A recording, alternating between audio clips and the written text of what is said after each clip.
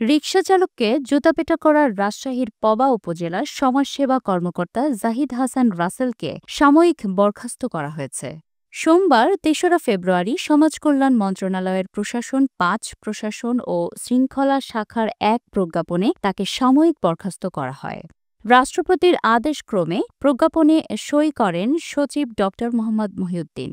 এই প্রজ্ঞাপনের কপি সমাজ কল্যাণ মন্ত্রণালয়ের ওয়েবসাইটে প্রকাশ করা হয়েছে। তাতে বলা হয়েছে, রিকশাচালককে নির্দয়ভাবে প্রহার করার ভিডিও সামাজিক যোগাযোগ মাধ্যমে ভাইরাল হয়েছে এবং বিষয়টি নিয়ে গণমাধ্যমে সংবাদ প্রকাশিত হয়েছে। এ ধরনের আচরণ সমাজ কল্যাণ মন্ত্রণালয় ও সমাজ কল্যাণ অধিদপ্তরের ভাবমূর্তি চরমভাবে ক্ষুণ্ণ করেছে।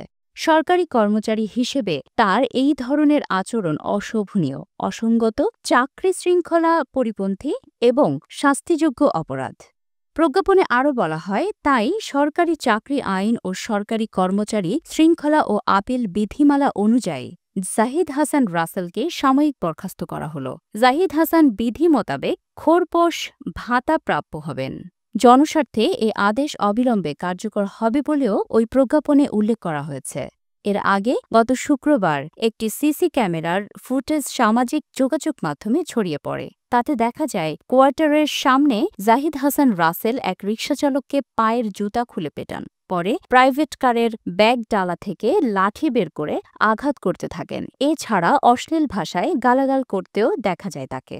এই ভিডিও ছড়িয়ে পড়ার পর সোমবার পর্যন্ত ২ দিন ছুটি নেন জাহিদ। রোববার নিজের ফেসবুক আইডিতে একটি স্ট্যাটাস দিয়ে ঘটনার জন্য তিনি অনুতপ্ত বলে উল্লেখ করেন। তিনি লেখেন, এমন ঘটনা কি আর কারো জীবনে ঘটেনি? আমি অন্যায় করেছি, কিন্তু এত বড় শাস্তি কি আমার পাওনা ছিল? রাজশাহীর জেলা প্রশাসক ডিসি আফিয়া আক্তার ওই ঘটনার তদন্ত করে প্রতিবেদন দিতে গত শনিবার উপজেলা নির্বাহী কর্মকর্তাকে নির্দেশ দেন।